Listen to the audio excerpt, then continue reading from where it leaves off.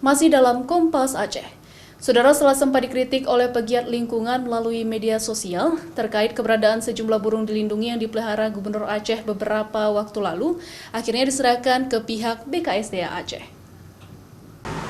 Tim BKSDA Aceh Kamis siang menjemput 9 ekor burung langka dan dilindungi di rumah dinas Wakil Gubernur Aceh yang selama ini dipelihara oleh Gubernur Aceh Nova Iriansyah.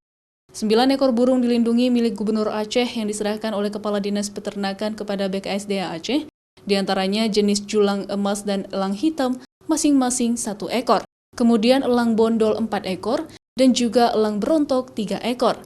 Seluruh jenis burung langka yang dilindungi yang disita dari Gubernur Aceh di rumah dinas Wakil Gubernur di Belang Padang Kota Banda Aceh dalam kondisi sehat dan sangat terawat. Kami luruskan di media itu adalah penyerahan. Sebelumnya sudah ada pembicaraan antara Kepala Dinas Peternakan datang kemari melalui kita BKSDA. Kemudian setelah itu ditindaklanjuti dengan ke lapangan melihat. Nah, terus kita tindak lanjuti lagi dengan penyerahan dari pihak rumah tangga Gubernur dan Kepala Dinas Peternakan. Itu jenis burung yang kita jemput kemarin itu ada 9 ekor, di antaranya ada julang emas 1 ekor, kemudian elang hitam 1 ekor, elang bondol 4 ekor, dan elang berontok 3 ekor.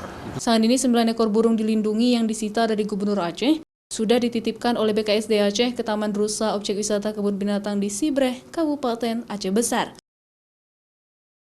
Raja Umar, Kompas TV, Banda Aceh.